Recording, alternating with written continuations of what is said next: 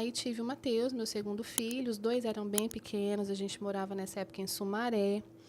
E eu trabalhava em Campinas. Então, assim, era uma vida louca, né? Muito mais Aí corrido que aqui, o né? primeiro tinha Muito. quantos anos? O primeiro estava com 2 anos e 8. Aí você tinha o pequenininho. E tinha o outro. E os dois, assim, gente, acho que a gente ia ficar a noite toda aqui, né? Os 2 são milagres de Deus, tanto para que eu engravidasse, porque eu tinha laudo médico que eu não poderia engravidar, e na saúde deles também. Os 2 são frutos, assim, de milagre. O João nasceu com uma enfermidade no coração, o Matheus foi diagnosticado com uma anomalia no crânio. Então, a gente passou muito perrengue na saúde dos meninos, né? Então, foi, assim, um tempo de muita tensão.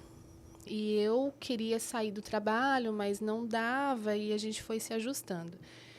E quando houve a oportunidade, né, eu saí, então, pedi as contas e fui estudar para terapia. Mas quando você teve o acidente, o neném não nasceu. Você só ficou de Fiquei. repouso. A minha bolsa descolou e eu precisei ficar de repouso. Repouso absoluto. Fiquei, assim, num cuidado maior na gestação. Sim. Depois ele nasceu. E com 2 meses de vida, o outro filho tinha acabado de passar por uma cirurgia.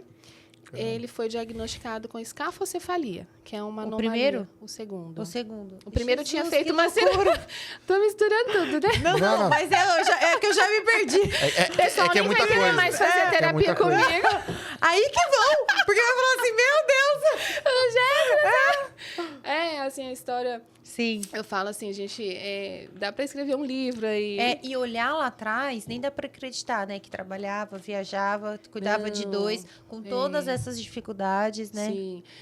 Era uma tensão grande, porque o Sim. João, que é o primeiro filho, com esses problemas que ele tinha no coração, eu não dormia. Eu ficava o tempo todo olhando que está respirando, né? Ele passou por 3 cirurgias, não do coração, mas cirurgias que tinham risco por conta da anestesia, Sim. né? Bebê. Então, a gente vivia nessa tensão. Aí vem o segundo filho, que foi uma surpresa também. E quando ele tinha 2 meses com esse diagnóstico, aí nós fomos encaminhados, né? Sai de um médico, vai para o outro, vai para o outro, vai para o outro, até a gente chegar no Hospital Sabará de São Paulo, um hospital de anomalias. Ali, gente do céu, fui moída, né? Porque o meu filho era o caso mais simples. A gente via muita criança, muitos casos assim que eu olhava e eu, meu Deus. E aí um dia um médico chegou para nós e falou assim, olha, se ele sobreviver, ele pode ficar em estado vegetativo, ou cego, ou surdo, ou mudo. Só notícia boa. Né? E o outro tinha acabado de fazer uma cirurgia. É. E então, assim, aí eu lembro que naquele dia, aí ele falou, só que a gente não garante que vai sobreviver, porque o crânio tem muitos vasos, Sim. né, e tudo. E aí foi aumentando a curiosidade de estudar o corpo humano, né, de saber. Nós já tínhamos sofrido com o primeiro, com medicações erradas. Então, o meu esposo também é muito curioso, ele estuda muito, e a gente foi se interessando cada vez mais pela área da saúde.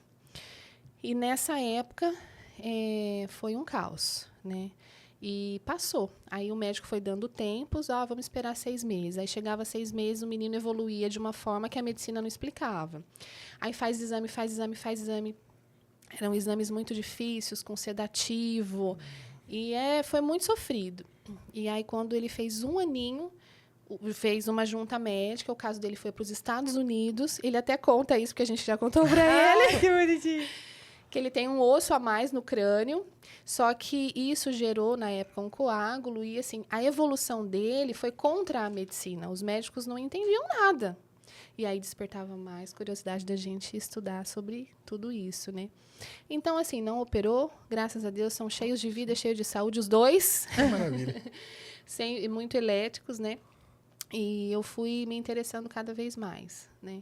Achando muito lindo, e eu sempre me deparei, eu sempre fiz trabalho voluntário desde criança, fazia trabalho voluntário na época no Brasilândia, aqui, com crianças.